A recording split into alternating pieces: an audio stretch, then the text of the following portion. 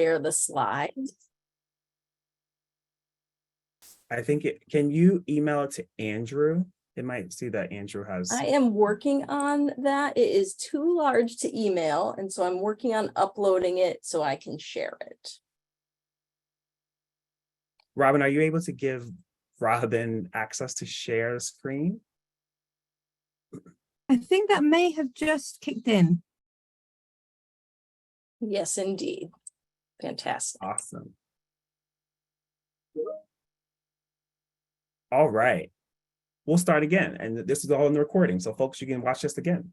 But I'm director of our Global Network Pathway programs. We're just so excited to have you all here with us today to be able to share with you information about our Global Scholars program and kicking off in Boston. So all of you will be starting in the program in Boston before moving on to our other campuses.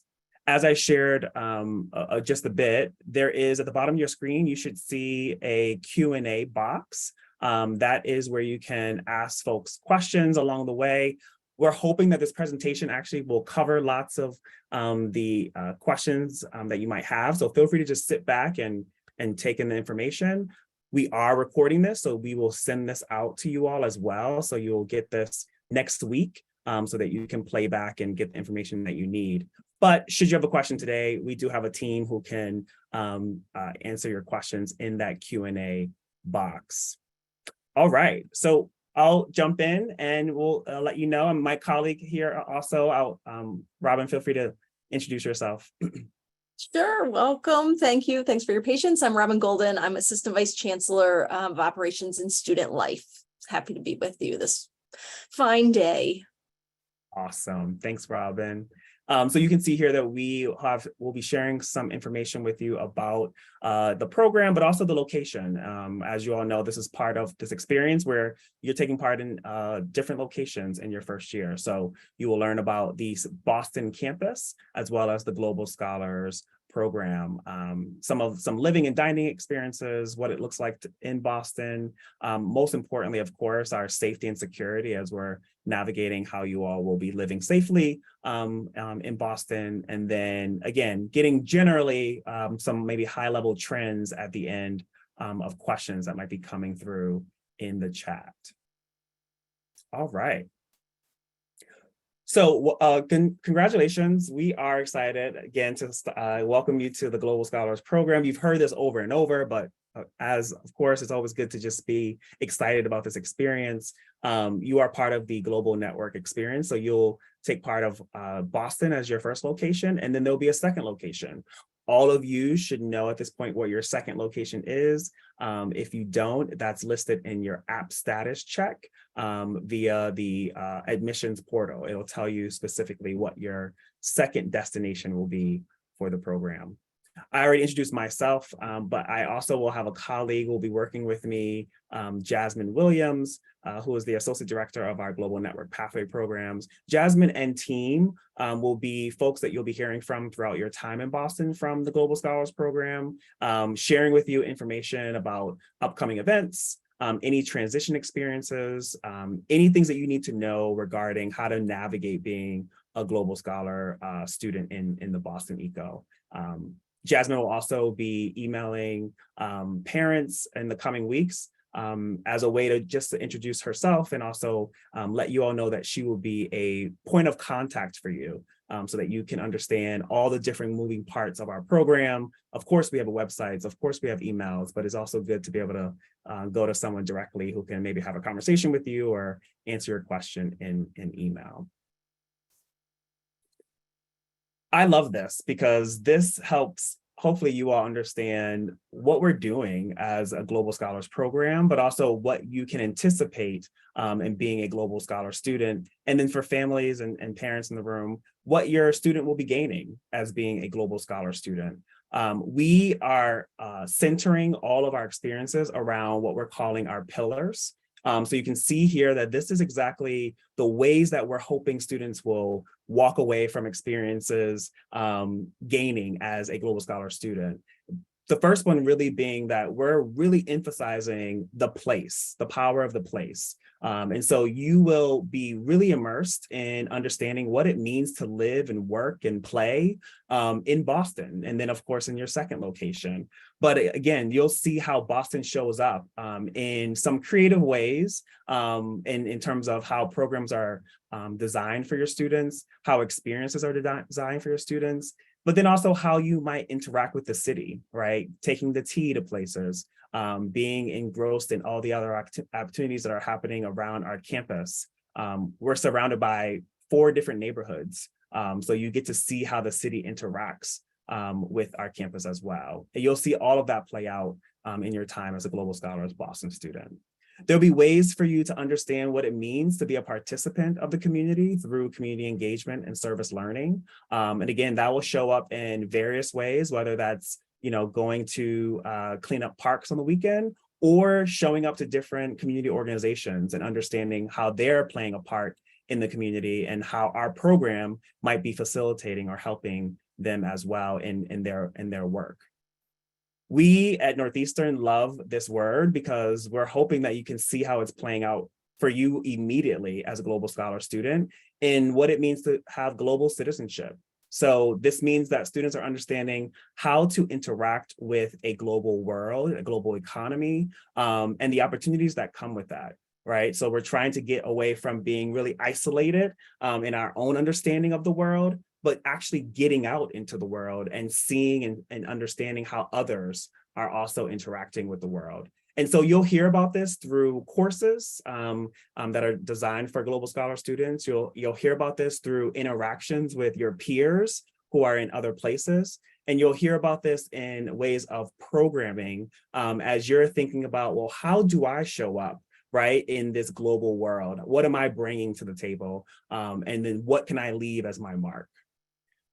This fourth piece is around mentorship and relationship building. There will be ways for you to build your network. We're hoping that you'll walk away from not only the Global Scholars Program, but your Northeastern experience with a wealth of a network that will provide you with resources, opportunities, connections for further growth in your personal or professional career.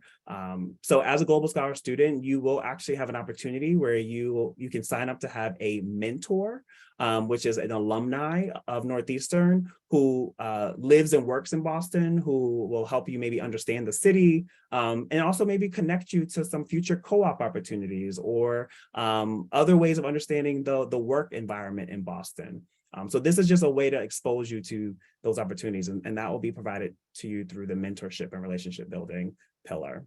And then finally, the experiential entrepreneurship pillar, where students are understanding what it means to live out this Northeastern passion of really working with the industry and understanding what it means to what it means to be a professional, right? The pillar of Northeastern is co-op. And so being able to, again, as a first year student, understand, oh, what companies are actually interacting in my field of study? What ways can I build these connections as a first year student and beyond? Oh, we're actually going to experiences and going to places through programming that the program is offering for us. That is all coming alive in that last piece around experiential entrepreneurship. So I'm hoping that you're getting what I'm saying here in terms of the connections here. These are all high level goals for us, and you'll see how they play out for you during your time in Boston, but then also during your entire year as a Global Scholar student. All right. I love this piece too. You're going to see that I love everything about this program, but this is a new feature for us. It's a new opportunity to build some connections with our colleagues in alumni relations. They have a home base at 300 Mass Ave that we will be calling a home for the Global Scholars Boston students. So we're going to be sharing this space with them, but particularly essentially kind of taking it over because we're looking for you to be able to go to this place as a place for you to study, to go to programs that we're offering for you, maybe ask questions to Jasmine and team who will have offices there. But as you can see in that map down below, it's an easy, 4 to 5 minute walk from what could be called the main part of campus, Curry Student Center. So it's not far at all. And again, it's part of campus. And so this is a building where you'll see other Northeastern faculty staff interact with, but this will be a home for us as well. So you can call this your place when you're in Boston, to get information about the program, to hang out, to again, go to different programs that we're offering. So we're highlighting this for you so that you know that this is a place for you. And you'll learn more about it, of course, during orientation as we onboard you to the campus. I want to talk about some benefits of being a Global Scholar student, and also this goes along with the fee for the program, where we provide excursions for our Global Scholar students. This connects right back to the locality-based programming, right? It's wonderful to talk about Boston. It's wonderful to maybe look at it from outside your residence hall window, but what about getting out into the community and experiencing it for either learning opportunities, but also for some play? So there will be ways for you to sign up for overnight excursions. This will be weekend trips. And so we are taking you all to Portland, Maine, for the Boston experience in the fall. So there'll be series of weekend excursions that you can sign up for. A grouping of you will go on it for a weekend. You'll leave Friday evening, come back Sunday. We will have tons of opportunities for you to interact in that area in Portland. Actually, we're also going to be taking you all to our Rue Institute up in Maine. That's another regional campus of Northeastern. So you'll be able to experience another Northeastern site. And then we will have a series of day trips that students can sign up for, where we can take you around the New England area to, again, explore, understand more, learn some history, and interact with the place. We're going to Cape Cod, we're going to Providence, and these are great ways for you to, again, get outside, maybe meet some other Global Scholar students, maybe tag along with a friend who's doing this, and again, really understand what it means to understand the place. We will also be connecting you to our career development office in Boston. This is a wonderful opportunity for you to, again, begin to learn how to explore what it means to be a professional and learn about yourself, how you're going to be showing up to this professional world. And so part of that is understanding who you are as a professional through the career development experiences.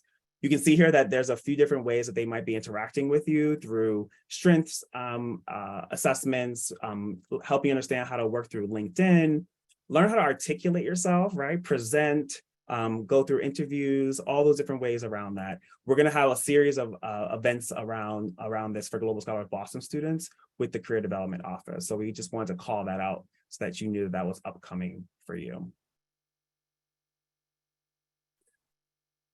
This is now we get into a little bit of logistics. I know many of you have been curious. Many of you also are waiting to get more information. We just want to share with you that, of course, many of you have gone through our group flight process or being an individual flyer process. All of those things have now ceased, right? So if you're on the group flight, you should know at this point. If you have questions, you need to reach back out to our travel agent.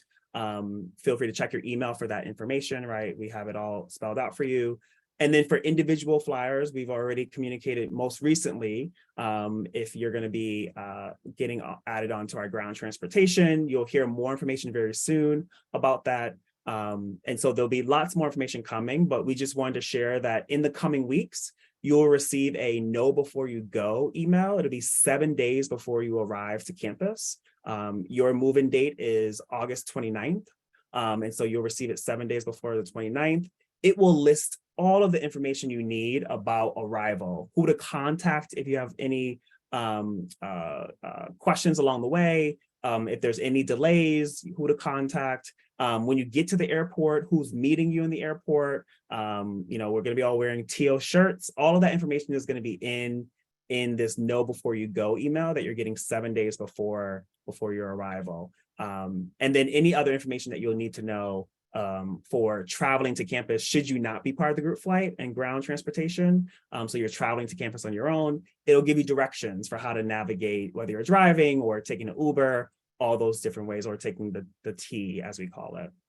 And again, this is just a good way for you to see what that looks like. These are the airlines that folks are coming in, so Alaska and also United. And then you'll see there that as you're going through baggage claim, there'll be an area where you can meet our staff for the charter bus. So it'll be very simple for you, but we just want to spell it out that there is a process. There'll be a team members there, and we will share with you in the know before you go email some of that information. Oh, look at that. Exact. We did have a graphic there. There's the teal shirts that you'll be looking for that'll say Northeastern. So we'll be easily recognizable in the airport as well. Yes. So you're just getting a heads up on what that looks like for you. I think this is my last point here before I turn it over to my colleague, Robin, who will talk more about the Boston location. But this is for any student who is an international student working through the F1 status and process. If you should have already been hearing from our colleague Giscard, whose information is right there on the screen. Feel free to take a shot of the QR code if you need to get more contact information for him, or reach out to him via email. But you can see here, this is the timeline of information so that you just know what's upcoming for you. As you already know, you're probably preparing for your arrival to the US and have been in contact with Giscard. And then in September, there'll be more information that's shared with you about going through that immigration clearance process, right? And working through that process with our OGS, which is our Office of Global Services office. And so look out for that in your email in September. You'll hear a lot about this. Please continue to check your email daily, starting now if you don't. But of course, when you get to campus too. And then in November, we're preparing for your transition to your next location. And so there will be opportunities there for you to understand how to move through to that next piece. So again, there's QR codes there for you. Please do reach out to Giscard if you need more information or if you have not contacted him already. But I believe hopefully many of you have. So just wanted to share this with you. All right. Oh, yes. Please stay in touch. As you know, I'm sure many of you have this already, but our number is listed there. The email is really important, of course. That's where folks are getting back to you with any of your questions regarding the program. And then it's not listed there, but of course, you can please follow us on Instagram. You can just look up NU Global Scholars and it'll pop up, and you can get information there too. We do some takeovers and we have some folks answer questions in the DM. So feel free to follow us there. I'll turn it over to my colleague, Robin. Fantastic. Thanks so much, Shannon.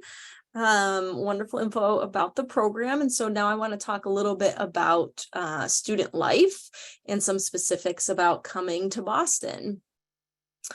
So this is a map of our campus here, with all those red highlighted buildings being residence halls and residential areas.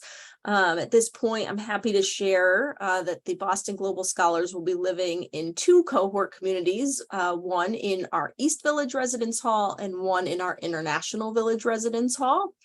Both of those buildings are two of the newer construction on campus. They are what we call semi-private suite style, which are generally 2 rooms that share a bathroom. And those bedrooms can be they're primarily double or triple occupancy.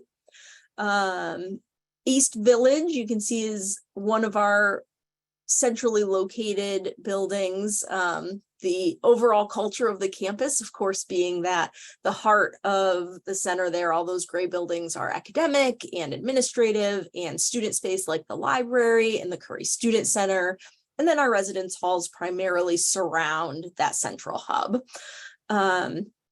East Village and Hastings being the exceptions that fall between Huntington Ave and Columbus Ave.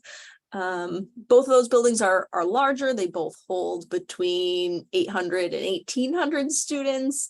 So large communities. And so, Boston Global Scholars are going to have the benefit of living together in cohort with shared programming, shared community, obviously, shared program. But then also among other students who are either new, transfer, continuing, in that same community, as they're rather large. So looking forward to hosting those 2 cohorts there. Up at the top, you see the funny H-shaped buildings, Stetson East and Stetson West. Those are two of the three campus dining halls, the residential dining facilities. And then the third being down in the bottom left corner at International Village. So those three dining halls we'll talk more about when we talk about the meal plan in a minute. And then of course there's retail dining and Curry Student Center and other areas on and off campus. But those are the primary locations of where you'll be living and where you will be dining. So we talked a little bit about, who the students will be in the building. It's important to know that these are, fully operational university residence halls. And so in addition to all of the program staff, who Shannon mentioned that will be working with you all in the program, there are also members of the residence life and housing team. So student resident assistants, professional level residence directors who live and work in these buildings as well, putting on programs, helping with adjustment to campus culture and living with a roommate, and all of those very normal things about transitioning to college that are still happening as a member of Global Scholars, still just new student coming to college, transition things as well. And so all of those staff will be in place to support you. Some things that we do just in general for new students coming to college: community meetings, roommate agreements. It is a big adjustment coming and living in a residence hall, living with others, sharing your room, sharing space. And so we want to make sure that we're setting you up for success as you navigate that transition. So the meal plan that's provided is a 17 meals per week dining plan. And so what that means is that each week students will get 17 meals reloaded every Sunday. And so those are either all you care to eat at the three dining halls that I mentioned: Stetson East, Stetson West, and International Village, or they are at the Stetson West Outtakes. It's like a grab and go meal. And so there are certain things that meet the criteria of a meal that you can use as well. So that's different than the all you care to eat. So you have 17 meals per week to use among those locations, and then a portion of dining dollars. It is not a lot. And so it's important, if you are someone who really loves the Popeyes location in Curry, or is going to stop at Starbucks and get coffee every day and use your Husky dollars, being mindful about how quickly that will run out, and making sure that you're maximizing using those meal swipes at the residence dining locations. Otherwise, you will be here only a couple weeks into the 15-week semester and realize that you have maybe run out of those dining dollars. You can always add Husky dollars to your card and obviously pay in different ways at those facilities, but we want to make sure you're taking advantage of the 17 meals per week that are part of the plan as well. So Shannon talked a bit about, what things will look like at the airport, specifically for folks flying into Logan, either on a group or individual flight. But you may be arriving through different means of transportation. And then of course, there's what happens once you get to campus. So you will be receiving your room assignment in the next 2 weeks. At that time, we really encourage roommate communication.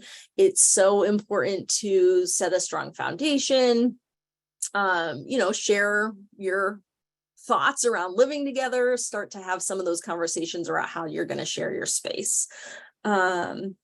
Your room will come furnished with a bed and mattress. All of our beds are twin extra long, a desk chair, dresser, window shades. Closets are sometimes individual, sometimes are shared. And then all of the buildings have wireless internet and Xfinity on campus streaming. We really encourage you for the duration of this program, but also their duration as a Northeastern student to really consider always packing your essentials and packing as light as possible. Certainly, going into this year that you will be living in at least 2 locations in a year, and, moving in, settling in, moving out, moving back in, settling in, moving out, only gets harder with more things. And so we really want you to be thoughtful and mindful about your packing list. But that continues beyond year 1.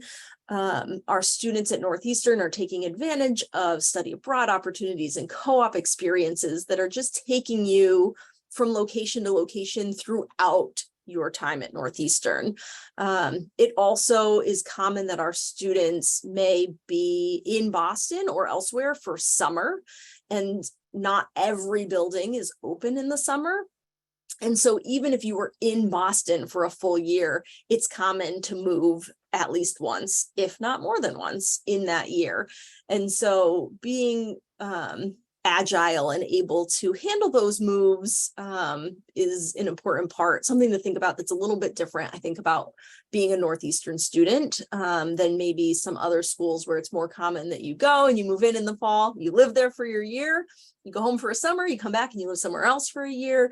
It's likely that you'll have a very different residential experience. And so something to keep in mind.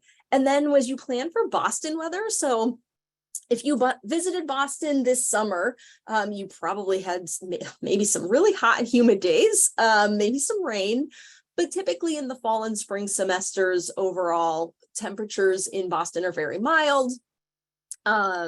We don't have a lot of very hot days during those months. And also, we, in the spring, which you will miss this year, we get some snow.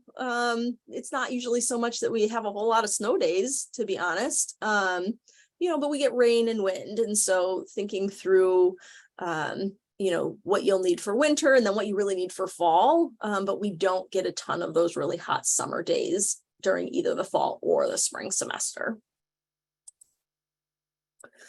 So when you get your move-in, you are assigned a date and a time. So we know many of you will be arriving on a group flight or, predetermined travel. And so you may need to shift that time around. We just ask that you update that, and there will be instructions for doing it. But for those of you who are not arriving on that and do have flexibility, we ask that you arrive on your date and time as much as possible. Moving into a very urban setting requires us to be very strategic with how many students are arriving to each location at a time. And that's something for both now and should you continue to live with us in the future to be mindful of. Most of you will move in on Tuesday, August 29th. We do have flexibility in the move-in period in Boston runs from the 27th through the 4th. Obviously, you need to be here for late orientation. And we want you to get here and fully participate in that. But if your arrival was bringing you in on the 28th, you can request that, which you'll get instructions on as well.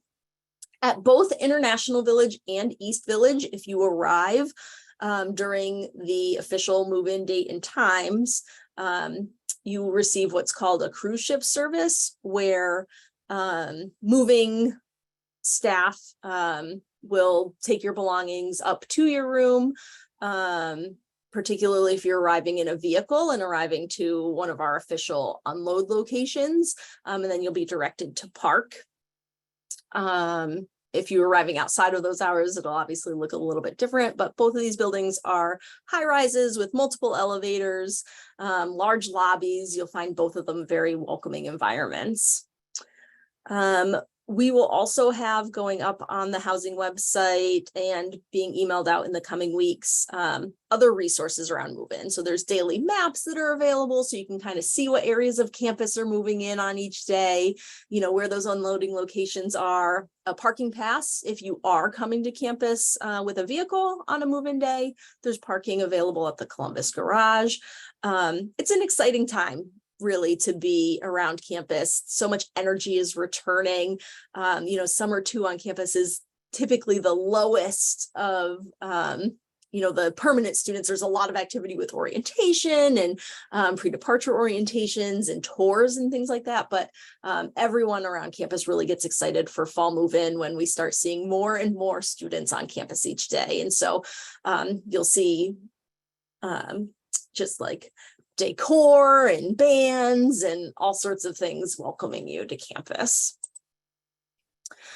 So these are some contacts for the housing team. So northeastern.edu/housing, although as I speak right now, don't go there because it is down at the moment and ITS is working on putting that back up. And you can reach them via email at housing@northeastern.edu. And so now I have a little bit about orientation. And so this is Lisa Commendatore. She's the Senior Director of Student Orientation and Family Programs.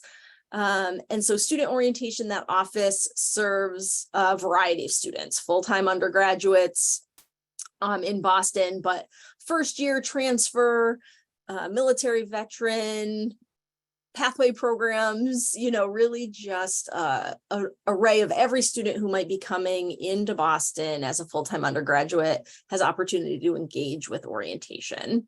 So some things that you can look forward to through that program, meeting new students and meeting other families. So it's a great opportunity for both students and families. Hearing from other university leadership, connecting with a lot of campus resources, orientation leaders who are others, upperclassmen, student leaders who are great resources for you as you navigate joining campus, and then learning how to be involved and engaged in our campus and our community, which, as you heard from Shannon earlier, is just a pillar of everything that we do. So August orientation is mandatory for students and highly encouraged for families. Move-in is August 29th, and I just put that little asterisk there in case, your particular travel plans adjust that date. But in general, that is the day we want you to arrive to campus. And then family and student orientation is August 30th and 31st. For the orientation schedule and confirmation email, so hopefully you all are receiving and reading the Husky Happenings emails that are coming out from orientation. Most recently, you received one on July 6th that had a lot of this information in it. But the mid-August edition is the one that will release more specific, detailed information about schedule for that orientation at the end of August. If you have not yet registered, you can do that through the student application status check, and you can also register family members through that as well. A note is that, student and family orientation do run concurrently and in different, spaces. So once orientation starts, for those of you who are family members thinking about, how long do I stay and how much will I be engaging with my student after the 29th? So obviously we very much encourage you to participate in orientation if you're able and interested, but know that your time with your student will be limited. They have their own mandatory activities that are separate from family activities. And then we really want them to engage with peers. Some students may have dinner with their family or things like that. But we get asked a lot, like, should I plan to have dinner with my student? And I say, maybe, maybe not, because hopefully they're meeting peers and they want to participate in the dinner and the evening activities that are planned for them as part of orientation and welcome week. And so it's a transition for families and parents that starting August 30th, right, your relationship and to the student is going to change. And so we just really want you to think about that ahead of time. And students, be mindful that it's a transition for your families and your parents as well. Seeing you move off and engage in your new community, that they will be a different part of than maybe they have been previously. So just something to think about and be mindful of. And then, of course, for families who are not able to join in person, those sessions are recorded and will be available. So after orientation, Welcome Week really kicks off, and Welcome Week really kicks off on the 29th, and orientation is considered to be part of that. There are over 300 programs and events that last through mid-September of a variety of themes and types. And so, really the message is that there's something for everyone. And students, if you are, calling home and telling your family member that there's not anything to do, they're going to remember that, I don't know, they told me there's over 300 events in these first couple weeks. I think you can find something, and you will. We really encourage you to be involved both with the Global Scholars Program, but also with the community as a whole. It's a very, again, exciting time. And so there's lots to do to meet peers and really start engaging with campus. The contact information for student orientation and family programs have up on the screen now. So they are northeastern.edu/orientation, orientation@northeastern.edu. And they provided their Instagram, Twitter handles, and the family Facebook as well. Just something on the family Facebook pages, both Global Scholars, I don't know Global Scholars in particular, but they're really great for engaging with other family members and connecting and creating relationships. If there is ever a time in your entire experience as Northeastern where you're looking for really specific information that comes from a university office, we really encourage you to reach out to that office as opposed to the Facebook pages. It's not that people tend to intentionally give information that might not be relevant, but there are going to be times that information for your student as a global scholar is very different than information for a fall start freshman or an NUN student or a continuing student. And sometimes family don't think about that and may provide information that is misleading or inaccurate or is just confusing. And so we really encourage you to maybe use that as a baseline, but then reach out to specific offices for confirmation as well. So Shannon talked a little bit earlier about the T. He mentioned riding the T around Boston. So the MBTA, which is referred to as the T, is our, public transit system. We are, I have no idea if you can see my mouse when I move it over here, but we are located on the Green Line. You can see the Northeastern stop right here and the Orange Line at the Ruggles stop right here. So this is like campus between those two. And so we're very fortunate in our location to be able to get students and ourselves, staff and faculty, around Boston very easily. And the students, while they're part of the Global Scholars Program, will be provided an MBTA pass to be able to use this part of transit. And so we definitely recommend, in addition to doing the excursions and other things that Shannon talked about, just getting out and exploring those communities on your own, both while you're here in Boston this fall, but then in the future when you come back to the Boston campus, because it is very easily to navigate. And so some places where, students might go are, just plentiful and abundant. And again, I think the theme here is that there's something for everyone. So if you're really into sports, there's opportunities for that. If you're into arts, there's opportunities for that. It's a very historical city. And I say that in a US history, obviously, vein, but lots of things to just get out and see that you don't require a car. I don't necessarily recommend a car. We're transit friendly. And then the one thing I didn't specifically mention on the last slide is that, the transit system will also take you directly to Logan Airport, to South Station, to North Station, where you can catch a plane, a train, a bus, so Greyhound or a Metro North or an Amtrak train, which can get you, even outside of Boston very easily. Some notes on safety and security from our partners at NUPD, the Northeastern University Police Department. So they are primarily responsible for, protection and service to the Northeastern community, students, faculty, and staff. They are Academy certified police officers, and they do patrol campus and are staffed 24 hours a day, 7 days a week, 365 days a year. If you've visited campus, there's a very good chance you've seen them out and about. They operate on a model of community policing. They want our community members to be used to seeing them, used to engaging with them, saying hi in a casual way, for two reasons. First and foremost, so that if you see police, you don't automatically assume something is wrong, that it's just kind of a normal part of the day-to-day experience, knowing that they're about. But then also so that you do feel confident in requesting their services should you need them. So you will definitely engage with them during your time as a Northeastern student. They're going to talk to students and family members at orientation about safety and security. Most of their safety tips are things that they consider to be general practices that you can engage in all the time so that they are your norm. You want to get around Boston?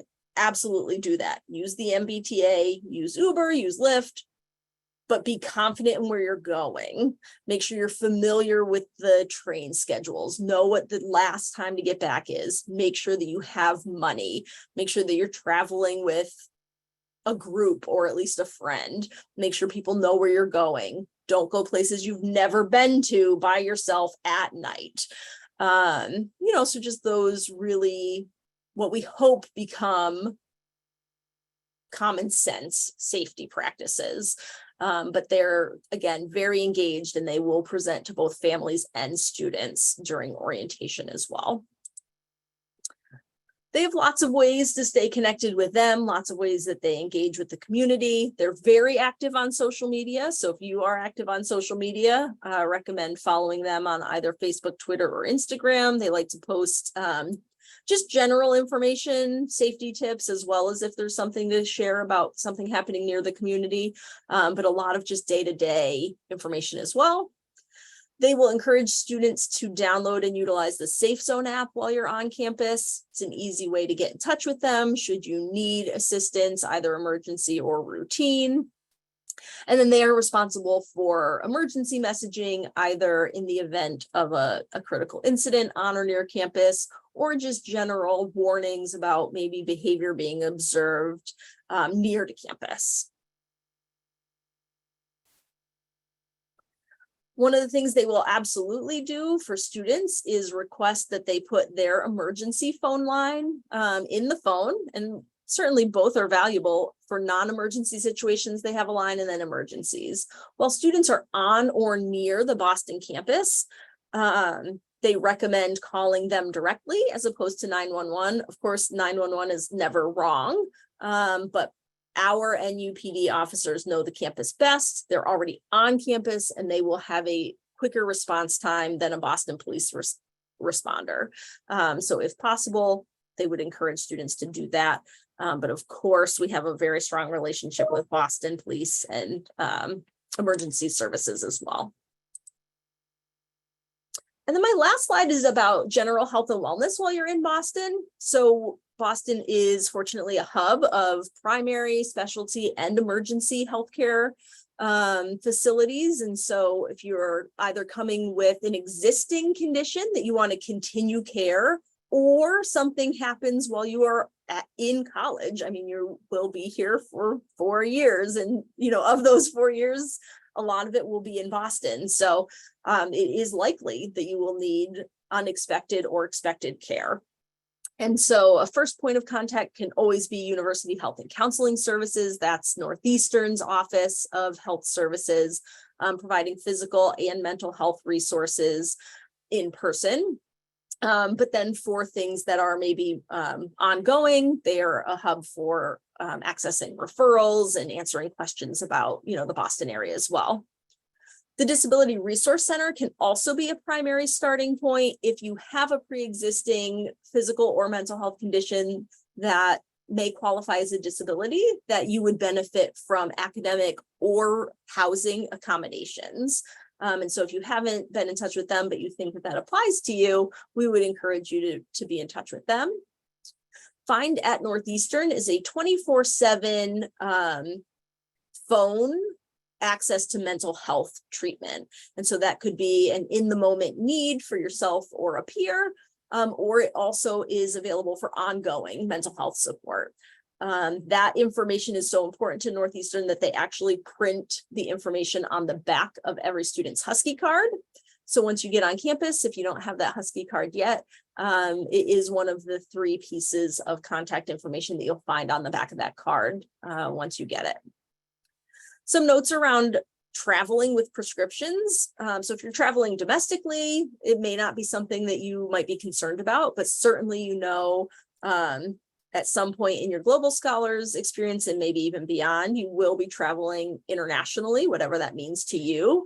And so not all prescriptions are easy to travel with internationally. And so we just encourage you to be thoughtful if this is something that might apply to you. Check out the Garda World app, see if there's any concerns. And then how do you mitigate that? Are you able to travel with your prescription as long as it's in an official packaging? And then if so, are you able to take enough with you for while you be gone? And if not, will you be able to access that in that international site, either getting it in that country, or is it possible to ship, knowing that a lot of times shipping medication at all, but especially internationally, can be challenging. So it's just something that we want you to be mindful of in these last few weeks of preparation. And so that is the end of the presentation. Shannon, I will turn to you. Yes. No, thank you so much, Robin. Lots of great information. I see lots of things happening in the chat. So thank you for asking your questions. I think there were a few questions on housing, Robin, so I can read them off to you, and then if you can go ahead and answer. But some of it was, for housing, will International Village or East Village be all gender housing? So we do have all gender housing. I have looked at the applications, and we don't have a ton of students who have preferred that. So if you don't believe you've opted in and you want to, please be in touch with us directly. But yes, because they're suite style options, we would house students together who are looking for all gender and have indicated that interest and agreed to the terms of that. And so those would be students living together regardless of gender, gender identity, gender expression, and sharing those bedrooms and that bathroom. Thank you. One other question around housing in terms of, are East Village and International Village suite style only? Only, yes. Awesome. In terms of, when will folks know about their roommates? And if they requested a roommate, how likely is it that they will get the roommate?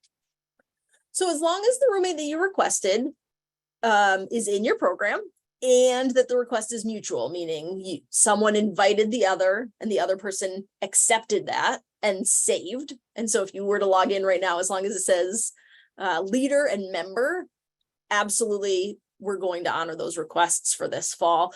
We're fortunately working from a blank slate of rooms, and so we have immense opportunity to make roommate requests happen. But again, only if it is mutual among 2 or 3 or 4 eligible parties.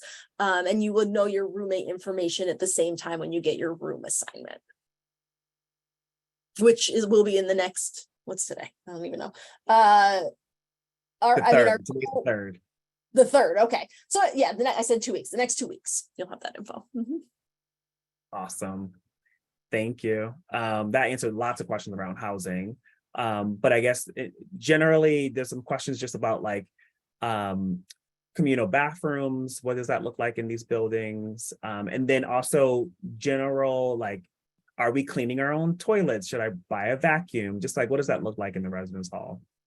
Yeah, so since these are suite style, they are not buildings with communal bathrooms. So suite means, again, 2 rooms that share a bathroom. And so it's usually going to be 4 or 5 students sharing that bathroom. And you are responsible for cleaning it. And so, yes, you'll want some semblance of bathroom cleaning supplies. As far as purchasing a vacuum, those will be available at the halls. So we don't encourage you to purchase and bring a vacuum.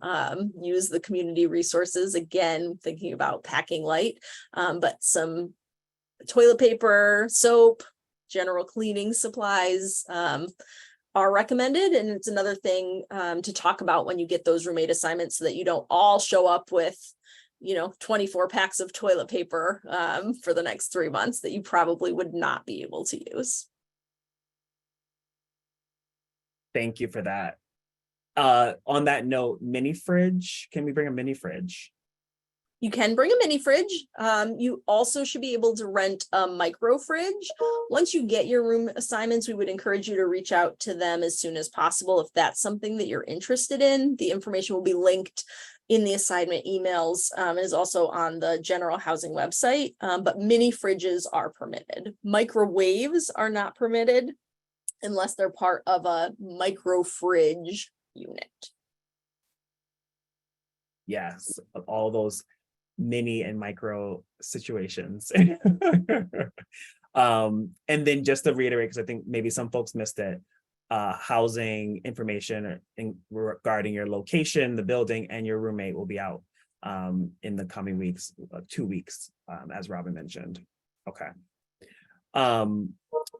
Let's see what else we have here that I can answer. I think I did see something around like the day trips or the overnight trips that we have. You will be staying in hotels, so you will not need to like pack sleeping bags of that sort. We call it overnight because you're staying overnight, but you're not camping. No, we definitely will put you up in a hotel. So yeah, no worries on that. No need to worry about providing anything of that sort. All you need is a couple clothes for the activities that you'll know about before going on the trip and moving about in that way.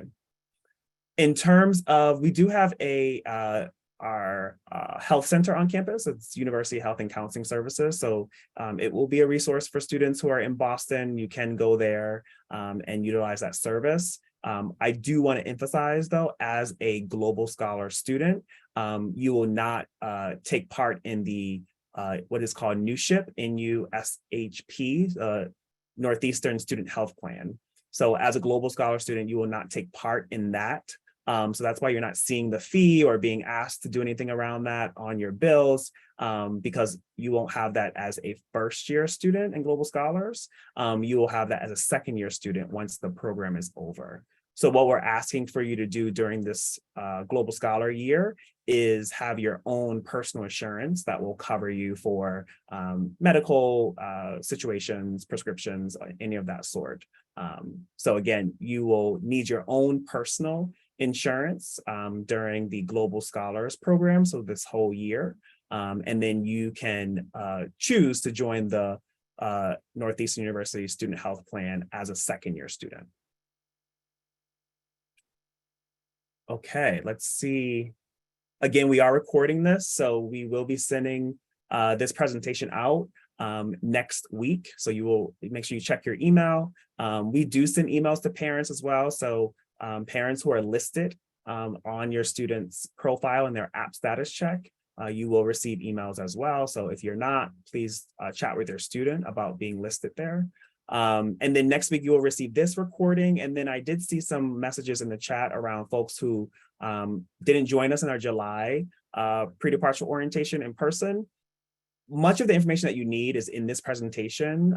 So I think you're in an okay spot. We will share the PowerPoint that was shared in July next week as well. And maybe one large level recording that you will be able to see some other offices talk about their departmental information. But much of the information you will receive during orientation. So there's no worries. Don't feel like you're missing anything.